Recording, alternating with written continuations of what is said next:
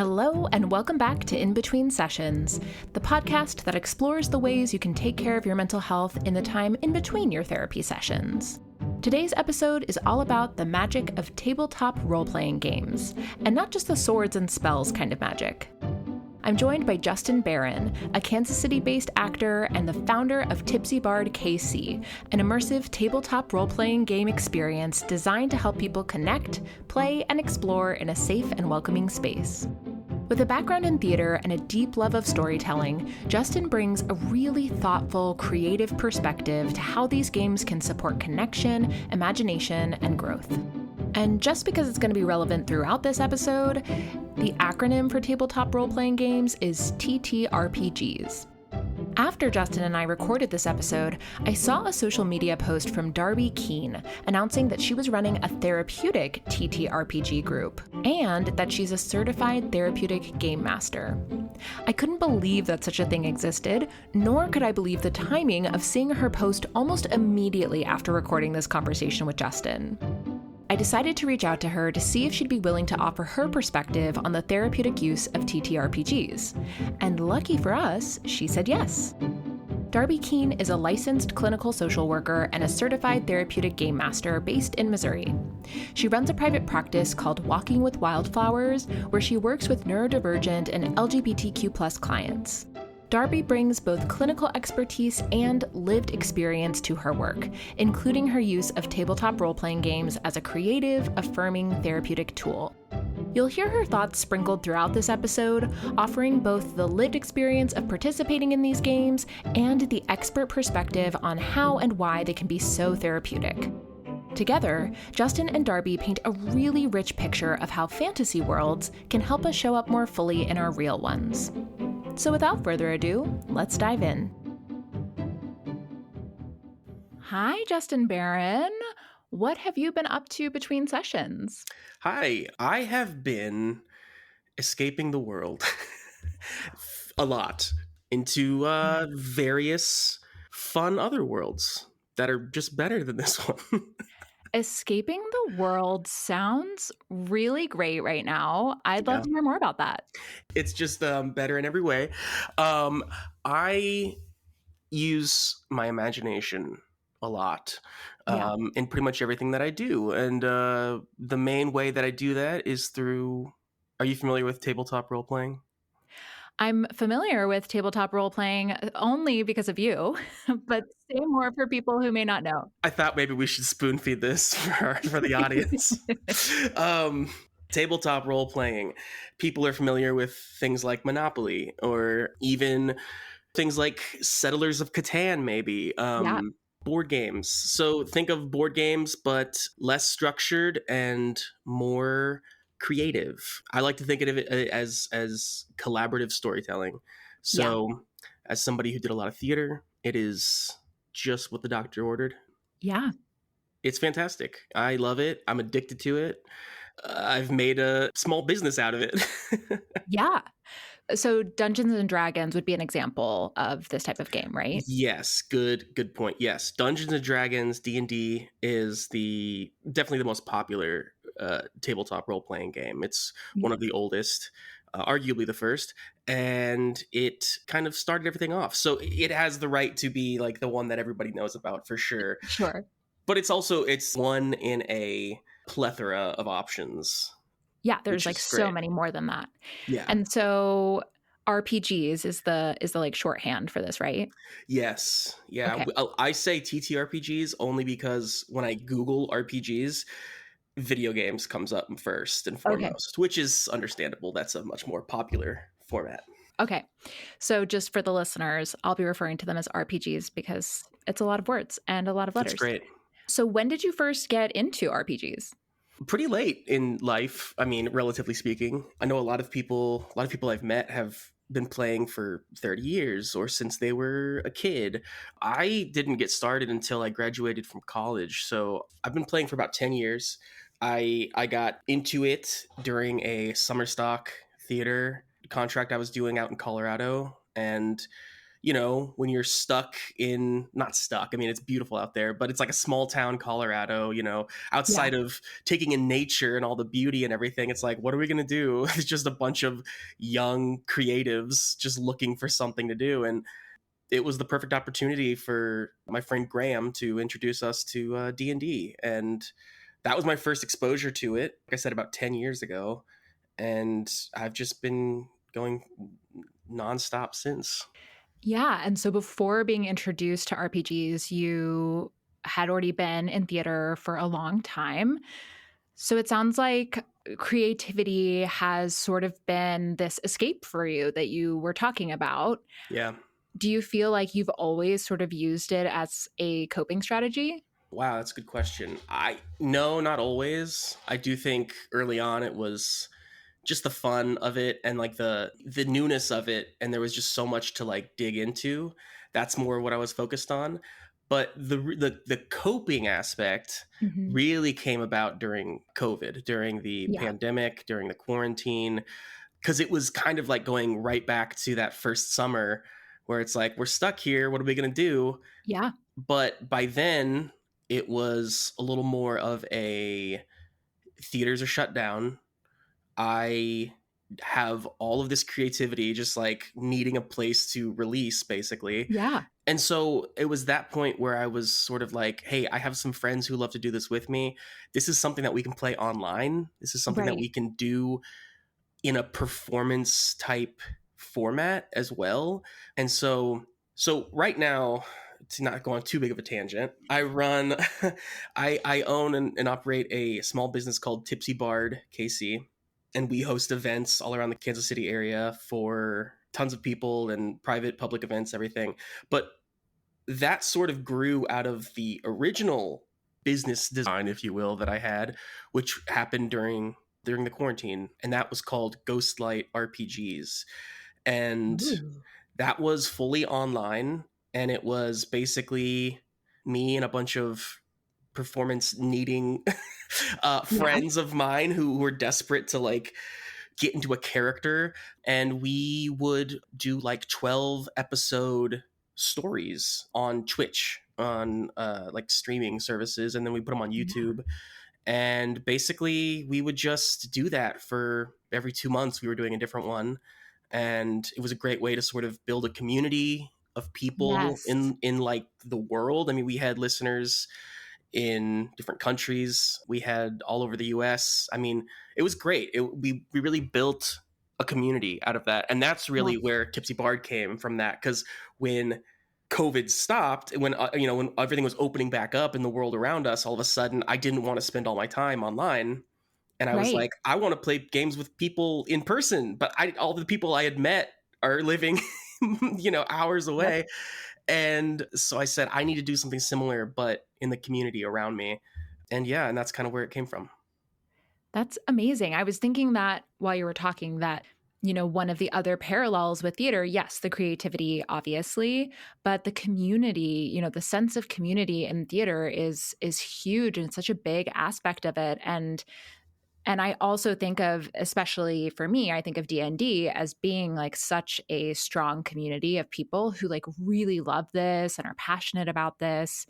And so it makes total sense that when the community of theater was taken away from you for, safety and health related reasons, you were able to find this community somewhere else that also kind of scratched that itch of creativity. Absolutely. And it's the community is truly like, it is what makes the, I don't know, the product, if you will, worth it. It's like, Yeah. I mean, because, you know, tabletop role playing, RPGs, it's just all of, like I said, it's creative, it's collaborative storytelling, right? Right. So it's not me sitting at home writing a story by myself. It's not Yeah. me playing a video game and getting a story told to me that I get to Hmm. experience alone. It's collaborative. And so it is a lot like theater in that way. And just like theater, it takes a community of people who are willing to trust each other, who are willing to be vulnerable with each other. I mean, there's Yeah. a ton of vulnerability, of transparency in what we do. and how we play. And it's truly, I mean, there's varying levels, and some people just want to have some fun and just be silly, and some people, will walk out and we'll be crying together and giving hugs, and it's like, Yeah. it can be some very powerful stuff. So it is like theater a lot in that way. It's very cathartic, and it really can move you. Yeah. Can you give an example of what that vulnerability can look like in RPGs? Of course. A lot of people use role-playing games and the characters that they play in these games as ways to explore more of themselves, Yes. right? Anything and everything from, I am someone who maybe I want to play a more feminine character. Maybe I want to play somebody who is very unlike me. Like, for instance, I'm kind of a bigger guy. A lot of times I like to play tiny, stealthy people Yeah. who can like dart around and are fast and quick and stealthy. Some people play characters with tons of confidence who Yeah. can sway a crowd to get what they want, because that's something that they might not have in the real world. Just Right. exploring these like aspects of yourself that may be a little embarrassing or hard to tell as who you are in real life, but Yeah. when you say it in character, you're allowed to sort of like explore that a little more without, not that there's any judgment at all, or at least there shouldn't be when you're playing these games, and that's why we use like safety tools and all kinds of things like that. But yeah, I think that so much of that exploration is great. It's healthy for people. It's why we do it. I love that so much. And of course, me being a therapist, I'm connecting everything back in my head to therapy. Yeah. But what you just said reminds me so much of a type of therapy that's pretty popular right now that I use called internal family systems, IFS for short. And essentially, in IFS, there's this belief that we all have a true self who is not a part, but we also have parts to ourselves that show us to protect us from what we experience in life. Yeah. And some of these parts are, really adaptive. Maybe you have a perfectionist part who shows up and makes sure that everything is perfect all the time so that you're never criticized. But then, we also have parts that maybe we're not super proud of. Maybe we have this like rage part who comes out when one of the other parts has failed and just explodes, and then you're like, why did I do that? Like, that doesn't feel like me. I don't want to show up that way. And so I love the idea of channeling some of those parts into characters in an RPG like D&D and allowing that part to thrive and have space to exist. So often we sort of shove away our parts that we feel ashamed of, but instead, giving them this space where they can really thrive and explore and get creative and maybe, tap into some humor and some Yeah. confidence that part doesn't normally get to. Yeah. I immediately think, and I don't think she'd mind me saying this at all, but my wife Deanna, every time we play, no matter what the game is, and there's all these different genres, different, themes and systems and everything, if it's somebody who just like does nothing but have anger and like and swing swords and be like rageful, Yeah. that's who Deanna wants to play, because that's like the part of her that doesn't get to see the light of day a lot of times. Yes, I know Deanna. And so I know that's really antithetical to her, innate sort of nature. And also, I can imagine, I don't want to speak for her, but I'll speak from my own experience as a woman where, expressing anger isn't always safe or isn't always, culturally allowed. Yeah. Getting to channel that into a character and be unapologetically, maybe even like evil or Yeah. Yeah. rageful or just mean, is not typically allowed. And so, yeah, I can see that as a totally feeling therapeutic. And I think, just to speak on that, as from the perspective of a hetero, man who's half white, in doing Tipsy Bard, in doing Ghostlight RPGs, I have met more, I guess the word would be my minority people, non-white, non-hetero, non-male people who absolutely love this and Yeah. get so much out of it. And I think that's a huge reason why. And I just love that. I think those are my people. Yeah, and so there can be a lot of vulnerability required to tap into these parts of ourselves that we don't normally share with people, but it can also be really healing and exciting in a way. Yeah, agreed. It was so great hearing about the positive experiences Justin and his loved ones have had playing TTRPGs. It got me curious about how these games actually work in a therapeutic context. And who better to speak on that than certified therapeutic game master Darbi Keene. So I'm Darbi Keene. I'm a licensed clinical social worker in Missouri. I own a private practice called Walking with Wildflowers, and I specialize in working with neurodivergent folks, LGBTQ population, and I also work a lot with those that are battling chronic illness. I am also a certified therapeutic game master for tabletop role-playing games, which I use therapeutically. Tell us more about what a certified therapeutic game master is. So, a certified therapeutic game master is someone who has gone through formal training to learn how to blend therapy along with game facilitation. So, they're trained to use tabletop role playing games intentionally to support therapeutic goals. So, we would work with each player to determine what are the areas that they want to grow, they want to improve on, they want to process out through play. And then it's the game master's responsibility to build encounters and build a world around those therapeutic goals to where the clients, the players, are able to really enjoy the world, but also gain some therapeutic benefit from it through their play. What are some ways that tabletop role-playing games can support people's mental health?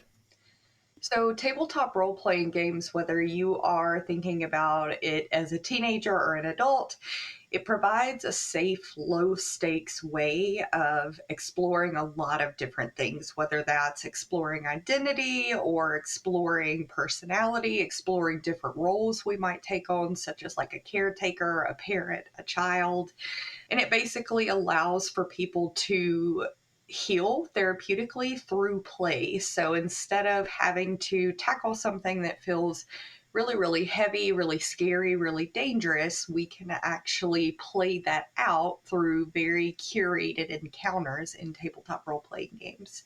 So, for example, if you had a client who is navigating and exploring what their gender expression and gender identity look like, a tabletop role playing game is a really great way for someone who is exploring their gender to safely play that out through the game. It's very low pressure, low stakes. And the great thing with play is you can always just roll again. You can always just go about it again in a different way and try out different versions of exploring things to see what works best for you. So again, really low stakes, low pressure way of healing and growing through play. I couldn't believe how aligned Darbi's insights were with Justin's personal experiences of playing TTRPGs. It made me wonder, what happens when your coping strategy becomes your job? I asked Justin how his relationship with TTRPGs had changed since starting the Tipsy Bard. Yeah, it's a really good point. First of all, in my own personal life, it has changed a ton since I started Tipsy Bard. Tipsy Bard's been around for almost 2 years, and it has kept me very busy. It's made me take off of my game master, which is what we call ourselves, the people who run the games. It's made me take off my GM hat and put on my producer hat a lot more. And that is less helpful in coping a lot of the time. It adds more stress. It adds more. There's a lot more anxiety that comes with it when you know that you are cultivating or I guess curating these experiences for people to give them the joy, the experience that you yourself have had in the past. And I think that it's not in a dysfunctional way by any means, but it definitely forces me to look at it with much more. I try to give myself balance and not obsess over it quite as much as I want to. And on the flip side of that, talking about monetizing this experience, because in a lot of ways, to be clear, you can play all of these RPGs, you can play them for free. You don't need money materials. A lot of times you just need to know like the system or the rule book. Sure. And then you just get a pencil, some paper, and some friends, and you go. And that's fantastic. And I'm a huge believer that on the one hand, you shouldn't have to spend a ton of money to get that experience. Yes. On the other hand, the reason that we tried to turn this into a business is completely selfish on my part, and I just want this to be my life. I just want this to be my career. I want it to be something that we can grow and that more people can be a part of. And to make that happen, I mean, it just has to be something that can be at the very least self-sustaining, which it has been so far, which is nice. Yeah. But yeah, I mean, a big part of that is my team, right? Like, it's not a one-person job. And I do believe that I need to pay these people when they're showing up and putting in the work. And so that's where a lot of that money goes to. And anyway, all of that to say, it's definitely a balancing act. I don't know how much it's really helping me cope, but it's very much distracting me from any of the other problems that I have in life. That's true. It becomes sort of like a different coping strategy in its busyness and its, creative outlet in a different way. Like you're thinking differently about this thing that you love, RPGs and what it might look like, which is, inherently creative and again, collaborative because of the people on your team. But yeah, it looks different now. And it's probably really exciting, I imagine, to share, something that's been so great for you with other people, especially at a time like now where people need more ways to cope and be creative and build community. And I get the idea that by making a business out of it, by monetizing it, it also just adds a lot of stress that might take away some of that joy. Yeah, that's a good way to put it. I try my best to still allow myself to get into the GM seat and to do things just that I want to do and not things that I feel like are good for the company. So sometimes, I'm looking over at my bookshelf of like all of the many games that I've bought. Yes. 10% of which I've actually run for people for money, and the other, like 30% of which I've actually run at all. The others are just games that I want to play and get to the table. And there's probably 3 people in my friend group who are actually even interested in that game. Right. But yeah, I mean, I think that I've been doing better, especially in the last like 6 months or so of trying to make more room for like the things that I want and not just the things that Tipsy Bard needs. I'm not a parent, but what you just said sounds so parallel to parenthood. Oh God, yeah. That you have to get to a point, and I know that I can bring this up to you because you're a dad. Uh-huh. You have to get to a point, I imagine, where you strike more of a balance between what does my child need from me, especially for you, what does my baby need from me, Mm-hmm. and what do I need in order to be able to show up? Yes. So I'm incredibly lucky as a person. There's no way in hell I'd be able to have my own small business and a child who are both the same age, I should add. That's true. We had my son in like May of that year, and then in July, like end of June, really, I started the business. And so I don't know what I was thinking really at the time, but I just really wanted both things to happen. And well, now I'm getting off on a tangent thinking that's a big problem that I have in general. And me and Deanna both, where it's like, we're just the kind of people who, when we want to do something, we'll just be like, we'll look at each other and then we'll say, yeah, let's do it. And that's why we go out to eat too often. That's why we're like in the process of flipping a house right now when we have a billion other things happening in our life. But like I said, all of this is because we're lucky enough to have the support of our family. And, when it comes to being a parent, that has been the biggest help for us. But yeah, I mean, we'll see. Ask me again in 2 years. How that balance is going. Yeah. After hearing Justin open up about the challenges of balancing work, parenthood, and self-care, I was curious how those kinds of real-life struggles could be explored through gameplay. So I asked Darbi how TTRPGs can be used in therapy to support goals like building better boundaries or creating more work-life balance.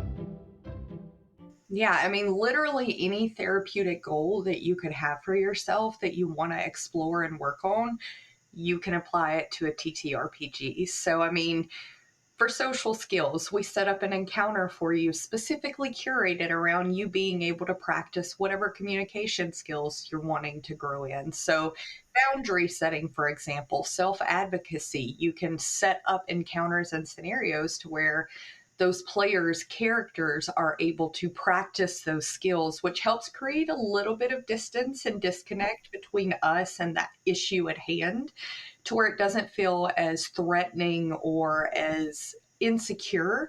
We feel a little more secure that, again, we can just roll again. If we try to set this boundary and it doesn't come out the way that we hope that it would, we just roll again. Or failure is a big part of TTRPGs too. Failure is just as important because it teaches players the exact same skills that, again, you might work on in therapy, like emotional regulation or how to build resilience and move on past failure, or how to explore empowerment, seeing that something didn't go the way that you hoped that it would. Okay, great. How do we pick up those pieces and move past that and make a next choice or a next decision? Darbi's reflections got me thinking about how we can experience therapeutic growth in a variety of spaces. So I wanted to hear from Justin about his own relationship with therapy. So obviously, this podcast is called In Between Sessions, and we're talking about what people can be doing in between their therapy sessions to support their mental health. Mm-hmm. And I recognize that that might mean any length of time. In between sessions could be a couple of days, it could be a week, it could be a couple weeks, or it could be several years or a lifetime even. And so I'm curious to hear a little bit about your relationship with therapy. Yeah, I've been thinking about this a lot lately. My wife and I, we were having a conversation last week about religion and about how neither of us are very religious people. We both have what we like to call quote unquote faith, and that is just like faith in humanity, faith in the fact that, you know, things are going to kind of work out. Yeah. But that's sort of like this amalgamous blob of whatever, you know, the universe. But we were talking about the fact that, you know, religion for a lot of people is where they go to sort of like refill, you know, whatever their spirit needs. And therapy, I can imagine for a lot of people is the same way. And I've always wanted to go to therapy in like high school. Like I had some friends who went to therapy and I thought it was so cool. I don't know if that's normal, but I thought it was so cool, therapy in general, the concept of being able to go and talk to somebody about how you're feeling, what's going on in your life, and they're just like there to listen and comment. And like I said, I've always wanted to go to therapy. I have never really put much effort into actually trying. Through my work, we were given like an opportunity to do like a teletherapy or like a telehealth type thing. Yeah. And I tried that out like, you know, last year, and it didn't really take. I didn't really feel like it felt more like a chore than anything. And with as busy as my life is, I just feel like I didn't really connect with that person. Yeah. And so I didn't really push it further than that. You know, with the state of the world, I have again, you know, maybe like once every month or two, considered therapy again and again. I think in a lot of ways, I've found that coping through other means enough to kind of like, you know, not feel the need to dig more into to looking. It used to be movies, going to the movie theater. Yeah. I used to joke that the movie theater was my church. Yeah. That's where I would go to refill, to sort of feel inspired again in the world. Yeah. And it still is that, but more so now it is after the movies thing, it was really theater. Yep. It was really finding that community like we talked about and being on stage, just that energy in the room of like having the audience and telling that story and sharing that sort of like emotion, I guess, with other people. And then now, like I said, now it's role-playing games. And so yeah, I don't know. I don't know what my relationship with therapy really is because I haven't given it enough of a chance. I really appreciate all of that. I appreciate your vulnerability, even sharing that, because I think I'm really thankful that the cultural sort of perception of therapy has really changed. Like, it actually surprises me to hear that in high school, you thought it was like cool that people were going to therapy, Yeah. because I was in therapy in high school and I was so ashamed and like terrified of people finding out. Yeah. There was just such a different perception of it at the Right. time, and I thought people were going to think that I was either crazy or that I couldn't, handle it, whatever the big it is. And so I think that now we've, I kind of hesitate to say this, but I almost feel like we've gone to the opposite extreme where there's almost this like cultural shaming of people who aren't in therapy. Sure. And there's almost this belief that, everybody has to be in therapy at all times. And that's something I tell my clients in their first session is like, the idea is not for you to be in therapy every week for the rest of your life. Right. Maybe at some point you'll reduce to every other week or even monthly. And then hopefully you'll be able to take a break from therapy altogether. And that's not for everyone. There are some people who genuinely do need the extra support and are in therapy long term. But for the most part, the goal of therapy is to get you back on your feet, get you the skills and coping strategies that you need to be able to live life with coping strategies that feel good to you and where you feel like you can handle it. And so, it sounds like you do have kind of like an innate sense of what you need and what is supportive to you and what is therapeutic to you. And then even at the times where you've seriously considered trying out therapy or even trying it out, like through your work program, you've run into the very real obstacles, both in accessibility, both in the investment of time, effort, energy, money that is part of the therapy process. And I think that that keeps a lot of people away and is a big obstacle. Yeah, I'm sure. I mean, yeah, I do think that that's probably the main reason that I didn't push it farther was just, at the time, maybe we didn't really have the money for it or, I think, and this is just a me thing in general too. It's probably a lot of Americans thing. I'm not very proactive about going to the doctor. I don't Sure. really, I'll take medicine, but like usually too late. Sure. Usually when it's like, I should have taken this 2 days ago. I'm just not like very much of a, I'm just kind of like a person who's like, it'll figure itself out kind of thing, go with the flow kind of thing. Yeah. And I don't know. In a lot of ways, I do feel like I should be more proactive with some of that, especially as I'm getting older. But Yes. yes, that's a different conversation. But I think when my peak need of therapy really hit, it was probably around like 6 months or so after we had just had our son. It was like winter time, so it was like a little bit of that depression setting in. Like I said, I had just kind of got the business off the ground, but I was really wanting so much so fast, and it felt like it wasn't going to happen. And something, too about me, I've got pretty mad imposter syndrome in a lot of what I do in life. Sure. There are some things that I'm confident about and I know that I can do. And pretty much like everything else, I'm like, I don't belong here. I don't belong here. And being a business owner was one of those things at the time. Being a dad was one of those things. And it was a lot at once. And I do think like, hindsight being 2020, when the way that you said that now of like, therapy isn't something that, ideally it's something that you need for a little while and then you don't need it anymore until you need it again or something. Exactly. And I think that absolutely was like a moment where I definitely could have used it. And now I'm good. I don't think I would need it right now, but it's nice to know that like if I get back to a place like that, maybe it's something I can just be like, hey, maybe I can budget this for a couple months or something just to get myself back to a baseline or something. Yeah. And I think that's also part of the reason I feel so strongly about sharing that therapy is not intended to be every week of your life forever, is that I think that feels so much more overwhelming Yeah. to the idea of starting therapy when you're like, well, okay, I'm going to find a therapist and then I'm going to pay them, however much money for every week for the rest of my life. Like, of course you're going to put that off. Yeah. But when you really think about, of course we have to be realistic as well, that probably like 2 sessions isn't going to do it.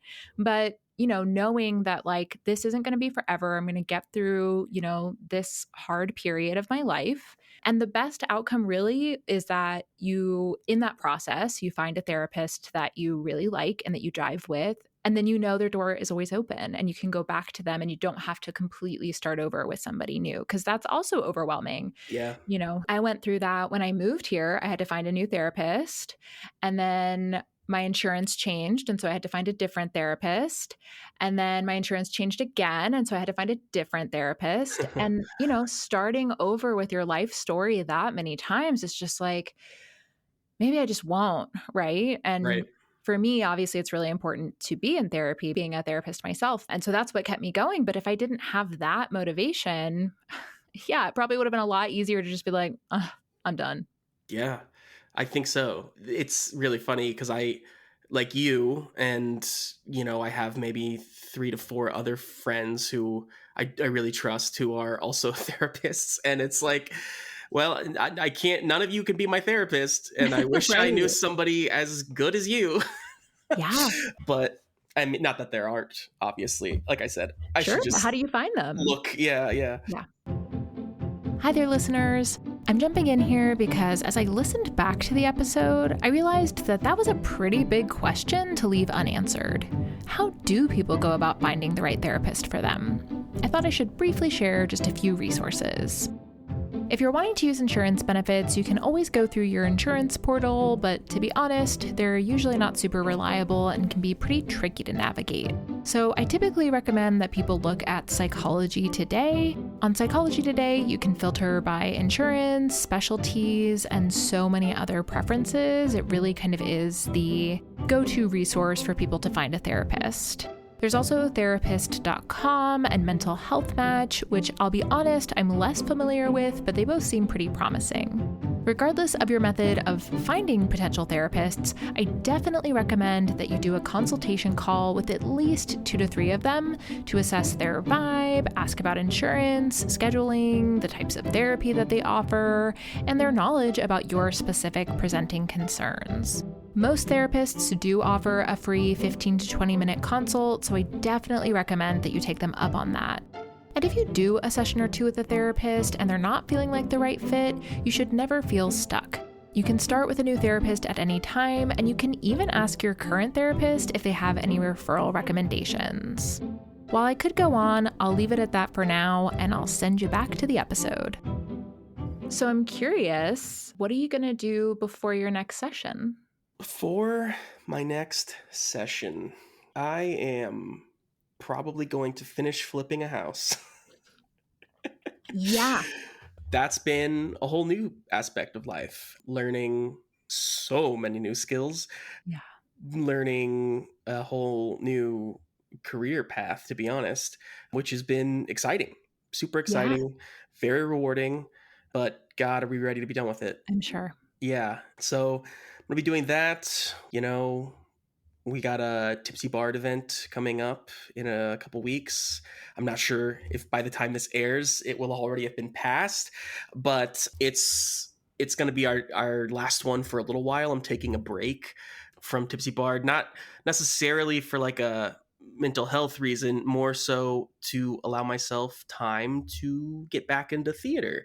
I stepped away from theater, from performing around the time that my son was born, and haven't really been back since. But some opportunities kind of came up and I decided to audition for them. And so, yeah, I'm going to be doing back-to-back shows, which will be interesting, to be honest. I haven't been on my body is different, my mind is different. There's a lot of I feel like I'm a different person than the last time I was on stage. So Yeah.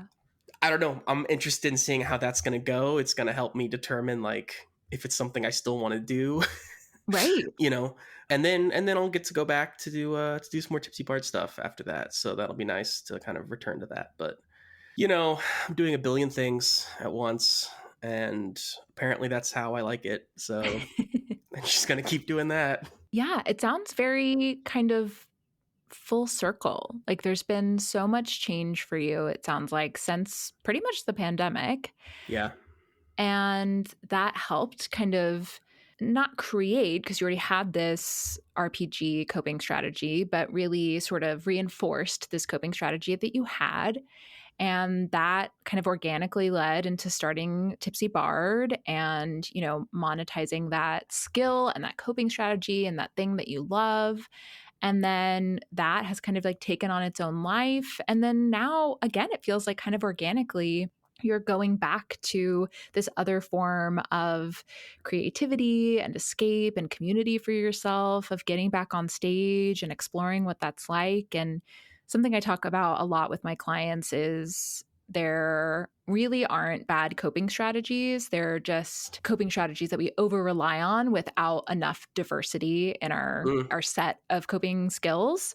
So like food is an example I love to use, that people will be like, oh, I'm an emotional eater. Like I turn to food too much. Like it's so bad. It's so bad. And I'm like, no, food should provide comfort. It's a great coping strategy.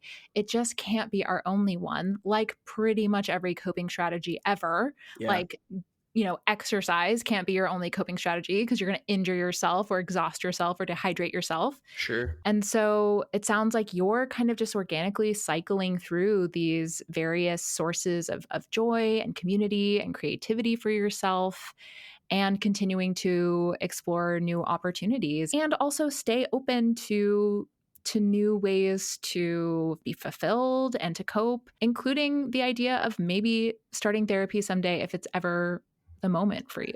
Yeah, absolutely. I think diversity is such a strong word in my life in general. I love to vary things up. I do kind of get bored with doing a lot of the same thing over and over again. I think that's why theater spoke to me a lot at a young age, because it was like, I'm going to spend 2 to 3 months working really hard and getting to know these people and telling this one story, and then I'm going to put it away and I'm never going to do that again, and I'm going to move on to something completely fresh with new people, and I think that's why so much of role-playing games speaks to me too, because like, for instance, going back to D&D is what I started on. It's what a lot of people start on, and it's fantastic. I probably should admit this, but I'm not a huge fan of D&D. Okay. Oh my gosh, heard it here first. It's very scandalous. I've told some of my team that, and they're like, oh no, like you shouldn't tell people that. The truth is, I think it's a fantastic game. I've just kind of grown stale on it. But that's why there's like so many other really cool games out there. Like there's a game where you play as old ladies in a little quiet New England town and you're solving mysteries together. There's a game where you play as teenagers in the 80s and you're, running away from like monsters and trying to figure out what's wrong with the town. I mean, there's just like any genre or theme you can come up with.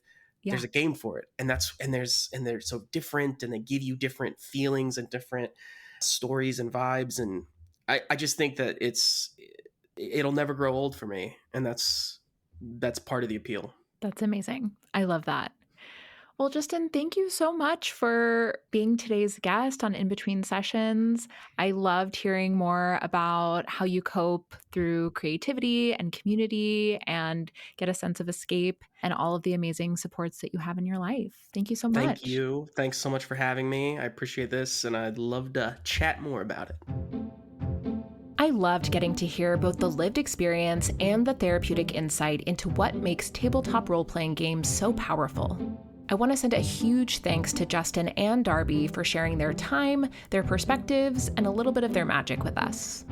If you're in the Kansas City area and you're wanting to try TTRPGs for yourself, you've got 2 upcoming opportunities to experience one of Tipsy Bard's events for yourself.